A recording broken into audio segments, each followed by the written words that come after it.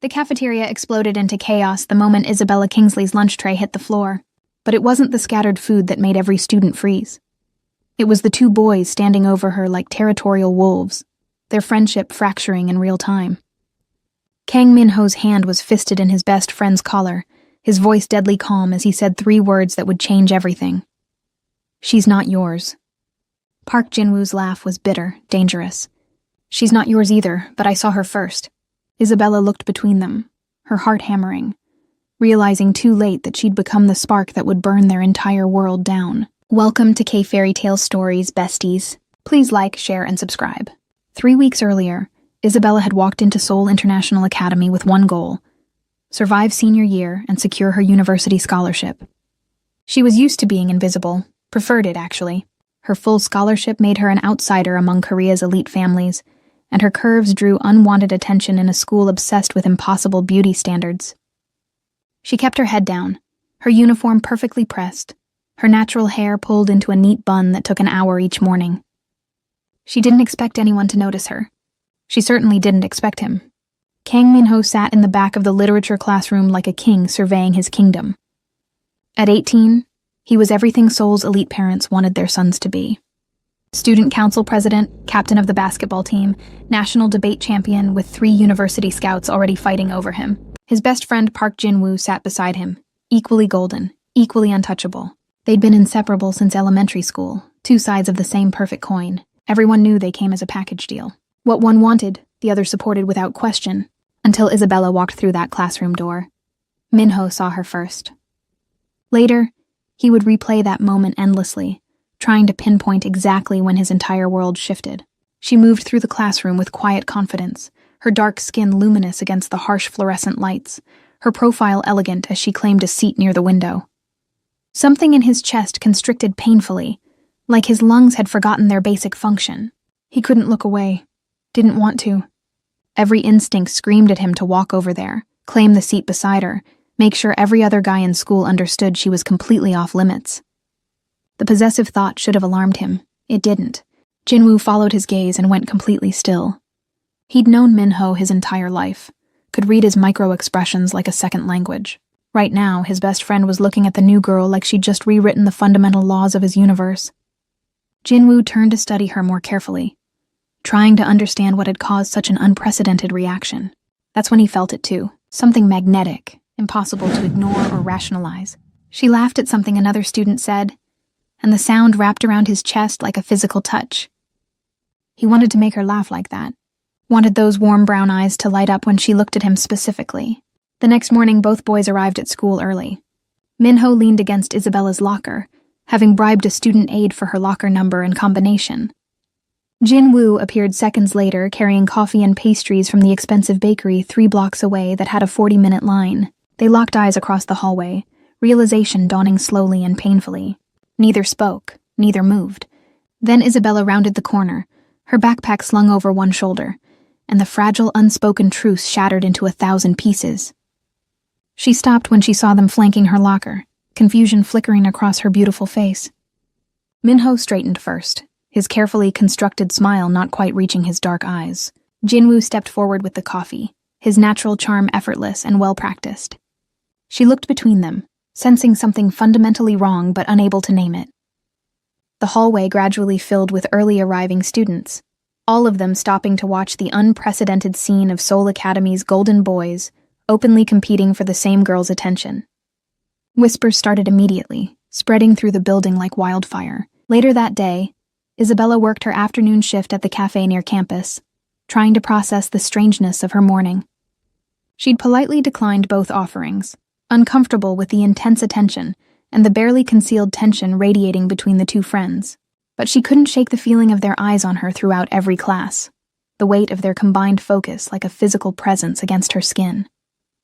The cafe door chimed and Min-ho walked in alone, his school uniform replaced by expensive casual clothes that probably cost more than 3 months of her rent.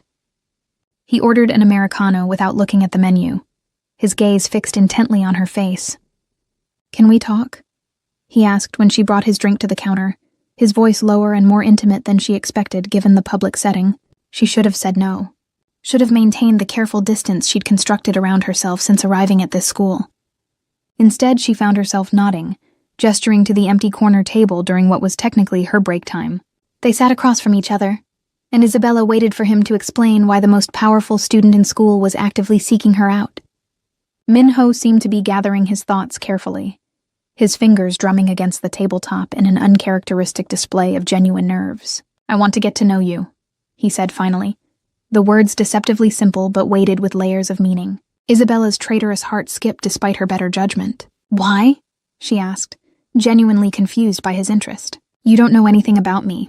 I could be completely boring." "That's exactly why I want to get to know you," he replied, something intense and raw flickering in his dark eyes. "I saw you in literature class and I couldn't think about anything else for the rest of the day." It should sound like a rehearsed line, should make her roll her eyes at the obvious attempt at charm. Instead, his brutal honesty made her breath catch unexpectedly. The cafe door chimed again with perfect, terrible timing. Jinwoo stood in the entrance, his expression carefully blank when he spotted them together in the corner. Something passed between the two boys. Silent communication built on years of friendship now strained by something neither wanted to openly acknowledge. Jinwoo approached their small table with easy confidence, sliding into the booth directly beside Isabella before she could form a protest. Minho's jaw visibly tightened, his knuckles turning white where his hand gripped his coffee cup hard enough to hurt. Jinwoo ordered an expensive latte from Isabella's coworker, then turned his full attention to her, effectively cutting Minho completely out of the conversation through sheer force of charisma. "So you're the mysterious scholarship student everyone's suddenly talking about," he said, his smile warm and genuine, but his eyes sharp as broken glass when they flicked briefly to Minho. Isabella felt like she was missing something absolutely crucial. Like these two were having an entirely different conversation beneath their superficially polite words. The tension built steadily until she couldn't take it anymore, excusing herself to return to work even though her break technically wasn't over yet. The following week established a pattern that made Isabella's head spin constantly. Everywhere she went, one or both of them mysteriously appeared. Minho drove her home from school in his expensive imported car, refusing to accept no for an answer when unexpected rain started falling. Jinwoo showed up at the cafe during every single shift, staying until closing time and insisting on walking her to the bus stop afterward. They brought elaborate lunches, saved premium seats in every class, helped with assignments she definitely didn't ask for help completing. Their legendary friendship visibly fractured under the immense weight of their competition, the easy lifelong camaraderie replaced by careful brittle politeness and barely concealed hostility. Other students started treating Isabella completely differently. Some girls approached with thinly veiled warnings about getting between the school's most powerful friendship and destroying Seoul Academy's perfect social order. Others looked at her with pure, undiluted envy or open contempt, fundamentally unable to understand what made her special enough to capture both boys' obsessive attention simultaneously. Isabella tried desperately to discourage them both, but Minho was persistent in a way that felt absolutely inevitable. Jinwoo was relentlessly charming, using their genuinely shared sense of humor to create moments of real connection that left her breathless and confused and wanting. One quiet afternoon, Isabella stayed late in the library, trying to catch up on assignments while simultaneously avoiding the complicated mess her life had rapidly become. She was completely alone when Minho appeared, seemingly from nowhere, sliding into the chair directly across from her with predatory grace. "We need to talk about this," he said without any preamble, gesturing meaningfully between them. "About the fact that I genuinely can't stop thinking about you. About the fact that you feel it too. This thing building between us. Don't even try to deny it." Isabella's fingers stilled completely on her textbook. She could deny it. Should absolutely deny it for everyone's sake. But lying directly to his face felt fundamentally wrong in a way she couldn't rationally explain. "I don't want to be the reason you lose your best friend," she said quietly, her eyes fixed on the page rather than meeting his intense gaze. Minho reached across the library table, his fingers impossibly gentle as he tilted her chin up, forcing her to meet his eyes. "You're not the reason this is happening," he said, his voice rough with raw emotion. "This was always inevitable. The moment I saw you, everything else stopped mattering completely. I just didn't know Jinwoo would feel exactly the same way." The confession hung heavy between them, loaded with dangerous implications. Isabella pulled back abruptly, her heart racing as she gathered her scattered books with shaking hands. "This is wrong," she said, even as her traitorous body leaned involuntarily toward him despite her words. "You two have been best friends literally forever. I absolutely won't be the person who destroys that." She left before he could formulate a response. His raw words made her feel wanted in ways she'd never experienced. That same evening, Jinwoo appeared outside her apartment building, having somehow discovered her address through means she didn't want to examine. He stood in the pouring rain, his uniform completely soaked through, his expression more raw and vulnerable than she'd ever seen. "I need you to choose," he said when she came down to the building lobby, his voice breaking slightly. "Not because I want to pressure you unfairly, but because Minho absolutely won't back down, and I can't keep pretending I don't want you just as desperately as he does. We're systematically destroying each other, and I genuinely don't know how to stop it anymore." Isabella stared at him. This boy she barely actually knew who somehow looked at her like she held his entire world balanced in her hands. "I never asked for any of this," she said, her voice breaking with frustration and guilt.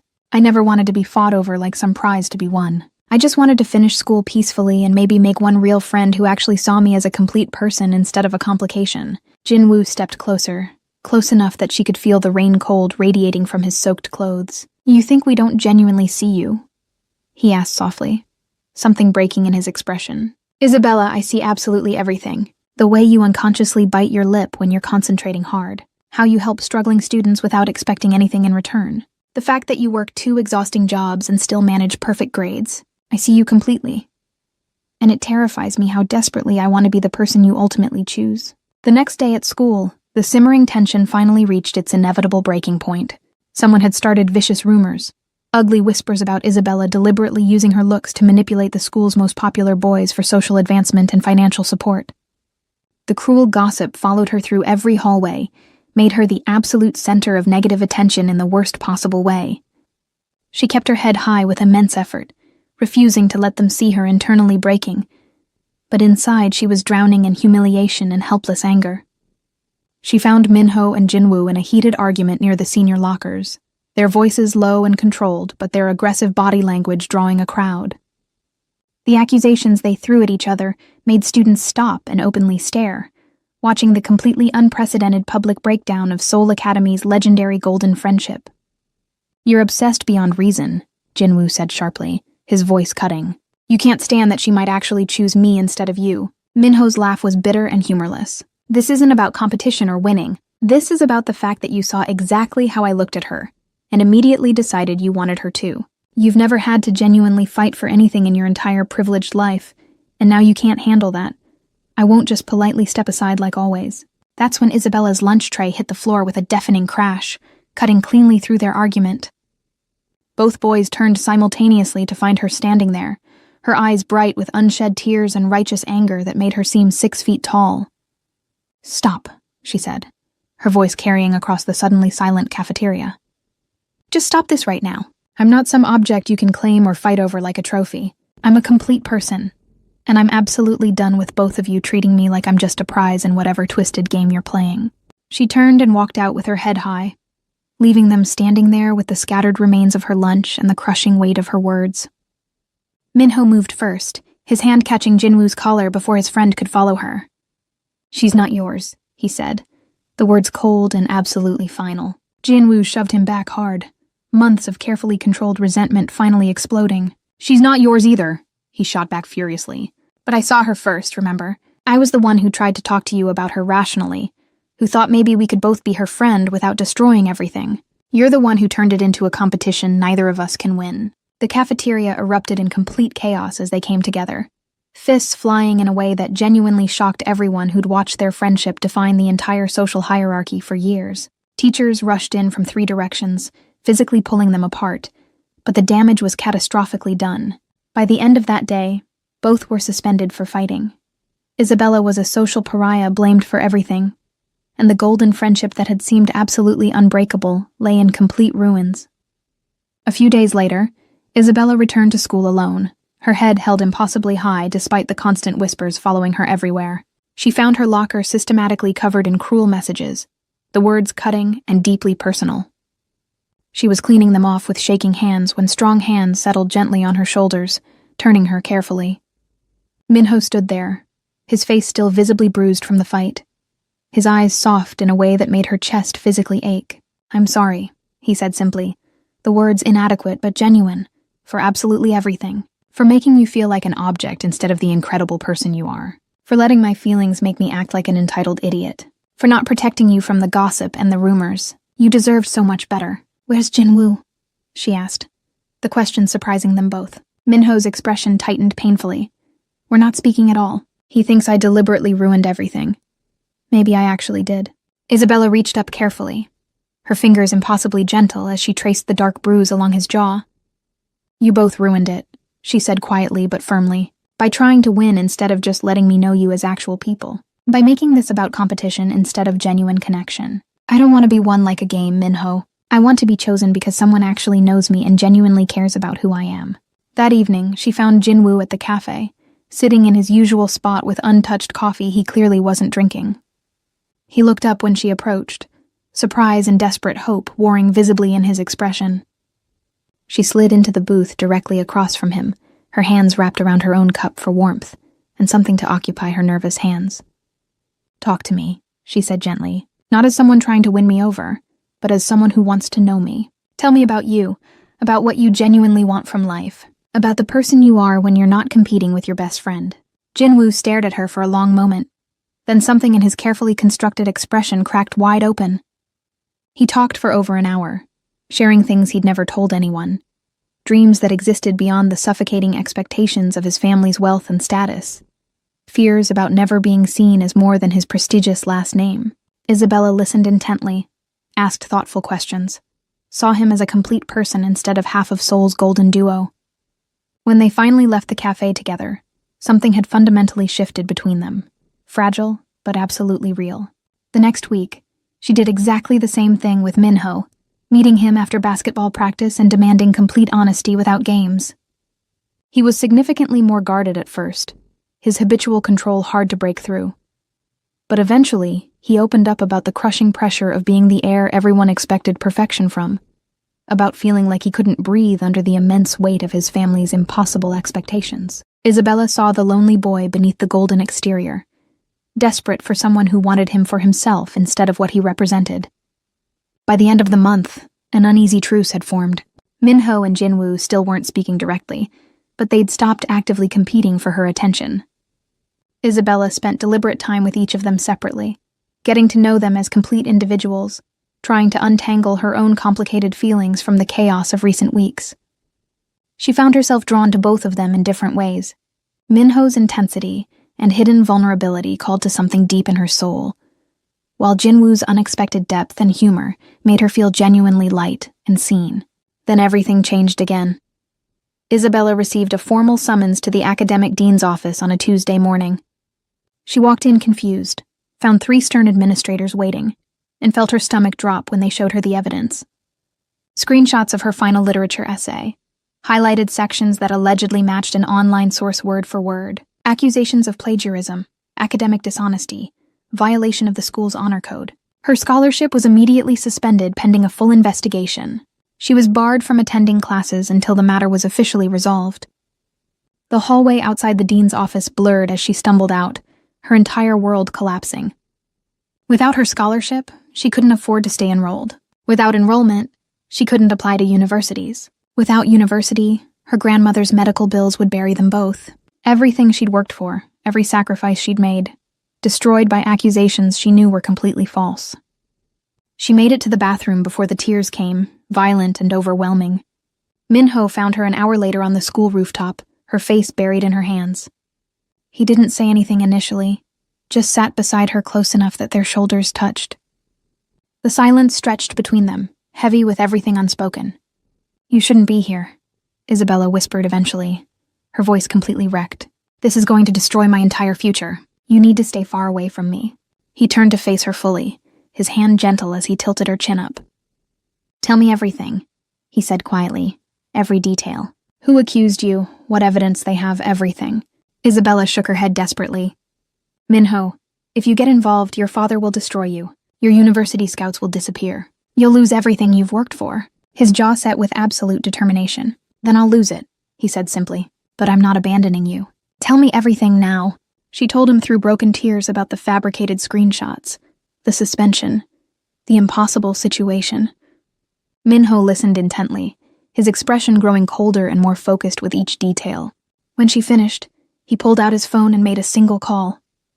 Jinwoo, he said when his former best friend answered. I need your help. It's about Isabella. There was a long pause.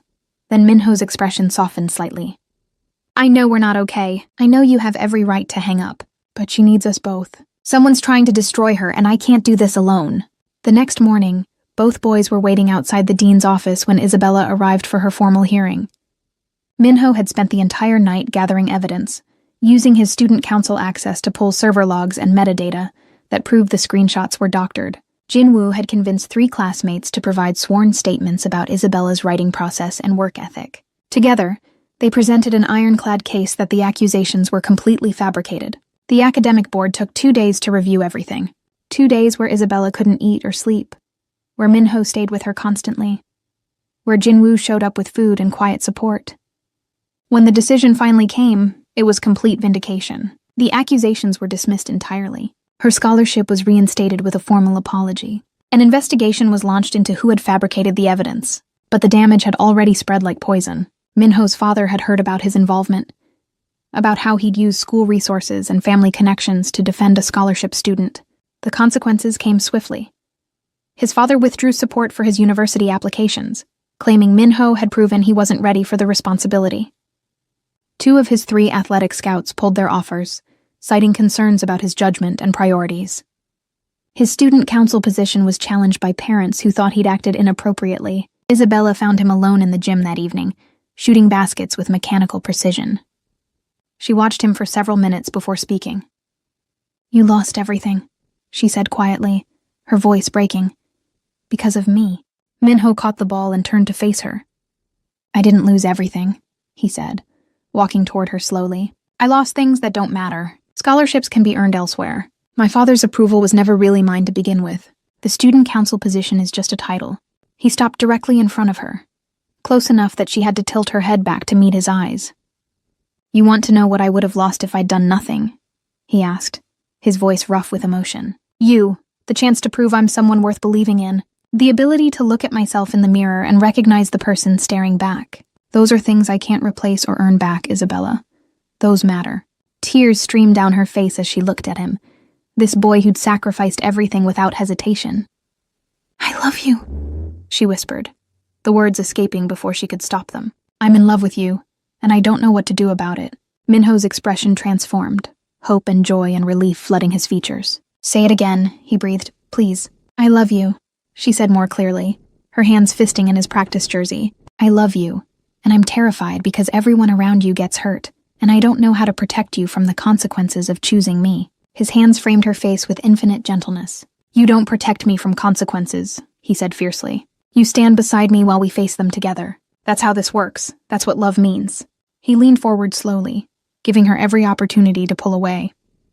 She didn't. Their lips met softly at first, tentative and questioning, then deeper as months of restraint and longing finally broke free. Minho kissed her like she was oxygen, and he'd been drowning, his hands careful even as desperation leaked through every movement. Isabella's world narrowed to the taste of him, the solid warmth of his body, the way he kissed her like he'd been dying for this exact moment. When they finally broke apart, both breathing hard, he rested his forehead against hers. I want to do this right, he murmured. Take you on real dates. Meet your grandmother properly. Let everyone know you're mine if you'll have me. Court you the way you deserve. Isabella smiled through her tears. I'd like that, she whispered. All of it. They walked out of the gym hand in hand, and immediately ran into Jinwoo standing in the hallway. He'd clearly heard everything, his expression carefully neutral, but his eyes reflecting genuine pain. For a long moment, nobody spoke. Then Jinwoo smiled, sad but real. Take care of her, he said to Minho, his voice steady despite everything. Or you'll answer to me. He turned to Isabella. And you take care of him too. He's going to need it with his father cutting him off. Wait, Isabella said, reaching for his arm. Jinwoo, I'm sorry. I never wanted to hurt you. He shook his head gently. You didn't hurt me by being honest, he said. You'd have hurt me by pretending. I love you enough to want you happy, even if it's not with me. He looked at Minho. We're not okay yet, but we will be. Brothers fight, but they don't stop being brothers. The following weeks brought unexpected challenges and surprising grace. Minho's father remained furious, but his mother quietly helped him apply to universities without the family name attached. He found a job tutoring younger students, worked relentlessly to prove he could succeed on his own merit. Isabella watched him transform from someone who'd never questioned his privilege into someone who understood the value of earned success. Jinwoo slowly rebuilt his friendship with both of them, the process messy and occasionally painful, but ultimately genuine. He started dating someone from the debate team, a sharp-tongued girl who made him laugh and challenged him constantly. The four of them sometimes studied together, the dynamic strange but functional. School remained difficult. Rumors still followed Isabella, but they lost their power when she stopped caring what people thought. Minho's public defense of her had cost him socially, but it had also revealed who his real friends were. The student council position went to someone else, but he discovered he didn't actually miss it. He'd been performing for so long that finding his authentic self felt like finally breathing properly. 2 months after everything exploded, new evidence emerged about who had fabricated the plagiarism accusations. A student from a wealthy family, someone who'd wanted Minho's attention and saw Isabella as an obstacle. The revelation was satisfying but ultimately irrelevant. The damage had been done and survived. They were stronger for it. Spring arrived with cherry blossoms and the constant pressure of university applications. Minho applied to 6 schools without his father's connections, relying entirely on his own merits. Isabella applied to the same universities, plus several backup options. They studied together constantly, their apartment becoming a second home for both of them as they prepared for entrance exams. One evening, as they took a break on her apartment's small balcony, Minho pulled her close. "Whatever happens with universities," he said quietly, "we're doing this together. Same city, same life, same future. Even if it means we both go to our 4th-choice schools." Isabella leaned into his warmth. "What if we don't get into the same places?" she asked, voicing the fear that kept her awake some nights. "Then we pick the one that works best for both of us," he said simply. "Not the most prestigious, not the one with the best program. The one that lets us build a life together. That's what matters." His certainty soothed something anxious in her chest. They stayed like that for a long time, watching the Seoul skyline light up as evening fell. 2 teenagers who'd found something real in the chaos. Jinwoo's friendship with Minho fully healed one afternoon when they finally sat down and talked through everything. It happened in the school library. Both of them supposed to be studying, but instead, working through months of hurt and resentment. "I was jealous," Jinwoo admitted. "Not just of you having her, but of how certain you were. You knew immediately what you wanted and you went after it. I second-guessed everything." Minho was quiet for a moment. "I was terrified every second," he said eventually. "I just hid it better. Every time I pushed forward, I thought I was about to lose everything. The friendship, the girl, my entire future. I wasn't certain, Jinwoo. I was desperate." Jinwoo looked at his oldest friend and saw the truth there. They shook hands formally, then hugged roughly, years of brotherhood reasserting itself. Entrance exam results arrived in March. Isabella got into her top choice with a full scholarship. Minho got accepted to 3 schools including the same university, though without scholarship support. His mother helped quietly, his father still refusing to acknowledge his existence. They celebrated together, the relief overwhelming after months of uncertainty. The final months of senior year felt different. Lighter somehow, despite the constant pressure and looming goodbyes. Isabella and Minho were inseparable, their relationship deepening in ways that had nothing to do with drama or competition. They studied together, worked their respective jobs, planned their university schedules to maximize time together. They learned each other's habits and quirks, the comfortable intimacy of people building a real partnership. One Saturday, Minho took Isabella to meet his mother officially. His father wasn't home, which was deliberate timing. His mother welcomed Isabella warmly, seeing immediately what her son loved about this girl. Over tea, she shared stories about Minho's childhood, the sensitive boy beneath the controlled exterior.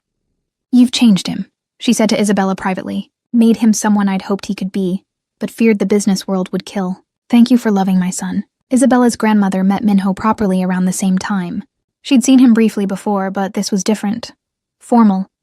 She asked him direct questions about his plans, his ability to support himself without family money, his commitment to her granddaughter. Minho answered everything honestly, including admitting he was still figuring out who he was without his father's influence. Her grandmother studied him carefully, then smiled. "Good," she said. "Anyone who has all the answers at 18 is lying to themselves. You'll figure it out together. That's what partnership means." She gave them her blessing with tears in her eyes, seeing how her granddaughter glowed when she looked at this boy. Prom arrived with all its complicated politics. Minho asked Isabella formally, despite them obviously going together. He showed up at her apartment with flowers and a nervous smile. doing everything by the book. She said yes, like there was ever any question. They went as a group with Jinwoo and his girlfriend, the four of them laughing and taking photos and enjoying the night without the weight of earlier drama. On the dance floor, with cheesy music playing and terrible decorations everywhere, Minho held Isabella close. "This time last year I didn't know you existed," he said quietly. "Now I can't imagine my life without you in it." Isabella rested her head against his chest, feeling his heartbeat steady and strong. "You're stuck with me now," she teased gently. "No takebacks." "Good," he murmured into her hair. "That's exactly what I want." The final weeks of school blurred together.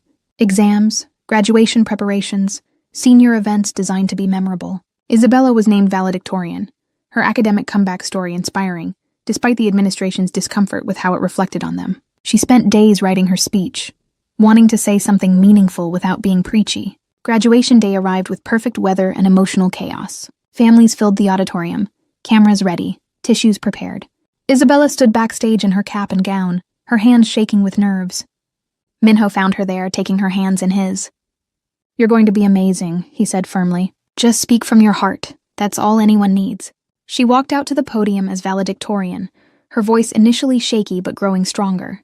She talked about resilience, about the cost of standing up for what you believe in, about the people who prove their love through action instead of words. She talked about second chances and the courage it takes to choose your own path instead of following expectations. Her eyes found Minho in the crowd, and something passed between them, a promise and a future and a choice they'd made together. When she finished, the applause was thunderous. Students who'd once whispered cruel things stood and cheered. Teachers who doubted her smiled with genuine pride.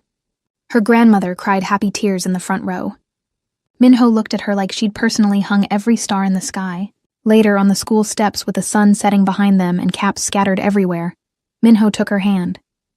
"We're going to the same university," he said, his smile soft and genuine. "Different programs, same city, same future. We're going to build something together, Isabella. Something that's completely ours." She squeezed his hand, her heart full despite everything they'd survived. "What if it's hard?" she asked. "What if there are more people who try to tear us apart? Then we'll face them together," he said simply. "Like we always have. We've survived the worst of high school politics and came out stronger. University will be different, but we'll handle it." Jinwoo appeared beside them, his girlfriend laughing at something on her phone. "Can I get in on this emotional moment?"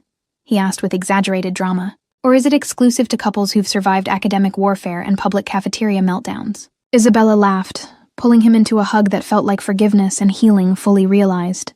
The four of them stood on those steps, their friendship scarred but not broken, their futures uncertain but chosen. Other graduates milled around them, taking photos and making promises to stay in touch that some would keep and others wouldn't. But in that moment, everything felt possible. Minho's mother appeared with his father, the first time Isabella had seen them together. His father looked uncomfortable but not hostile, a significant improvement. His mother embraced them both, whispering congratulations and promising continued support. Even his father managed a stiff nod of acknowledgement. Not quite approval, but not rejection either. Small steps. As the crowd thinned and families headed to celebratory dinners, Isabella and Minho found themselves alone on the steps. The building that had witnessed so much drama and growth and transformation stood behind them, soon to be filled with new students and new stories. "Thank you," Isabella said quietly, "for choosing me even when it cost you everything, for proving that some things matter more than status or approval." Minho pulled her close, his arms secure around her waist. "You don't thank someone for choosing what they can't live without," he said. "You're not a sacrifice, Isabella. You're the point. Everything I gave up was weight I didn't need. You helped me figure out who I actually am underneath all the expectations. That's worth more than any scholarship or my father's approval." They kissed there on the steps as the sun set, two teenagers who'd somehow found something real and lasting in the chaos of senior year. When they pulled apart, Isabella smiled against his lips. "So what now?" she asked. "What happens next in our story?" "Now we go to university. We study and work and build careers. We figure out adult life together. We make mistakes and fix them. We keep choosing each other every single day." "Sounds perfect," Isabella murmured. "Sounds terrifying," he corrected gently, "but perfect too." They walked down the steps hand in hand, leaving Seoul International Academy behind, but carrying everything they'd learned with them. Jinwoo and his girlfriend waited by the gate, ready to head to dinner together. The four of them piled into Jinwoo's car, laughing and arguing about where to eat. the easy comfort of people who'd survived something difficult together. At the restaurant, surrounded by friends and food and celebration, Isabella looked around the table and felt overwhelming gratitude. 6 months ago, she'd been alone and invisible, just trying to survive. Now she had Minho, whose love had proven itself through sacrifice and unwavering support. She had Jinwoo, whose friendship had survived heartbreak and emerged stronger. She had a future that looked bright and full of possibility. Minho caught her looking and raised his glass of water. To new beginnings, he said. To leaving high school behind and figuring out who we want to be. To facing whatever comes next together. Everyone clinked glasses, the toast both simple and profound. Isabella leaned against Minho's shoulder, feeling his arm come around her automatically, and thought about how much had changed. A year ago, she couldn't have imagined this. Couldn't have imagined being loved like this, publicly and proudly, by someone who'd proven his commitment through action. Couldn't have imagined surviving false accusations and social warfare and coming out stronger. Couldn't have imagined having real friends who saw her completely and valued her anyway. Life had a way of surprising you when you least expected it. As the evening wound down and people started heading home, Minho walked Isabella to the bus stop one last time. "Next week, I'm getting my license and my own car," he said. "No more buses for you." She bumped his shoulder with hers. "I like the bus," she protested without heat. "Gives me time to think." He pulled her close, his voice soft. "I like knowing you're safe and not waiting in the rain," he countered. "Let me do this. Let me take care of you in the ways I can." Isabella looked up at him, this boy who'd become a man through adversity and choice. "Okay," she said simply. "But I'm taking care of you too. That's how partnership works, remember? Equal together." Minho's smile was beautiful in its genuine happiness. "Deal," he murmured, then kissed her softly. The bus pulled up and she had to go. She looked back to see him standing there, watching until the bus was out of sight, keeping her safe the only way he could in that moment.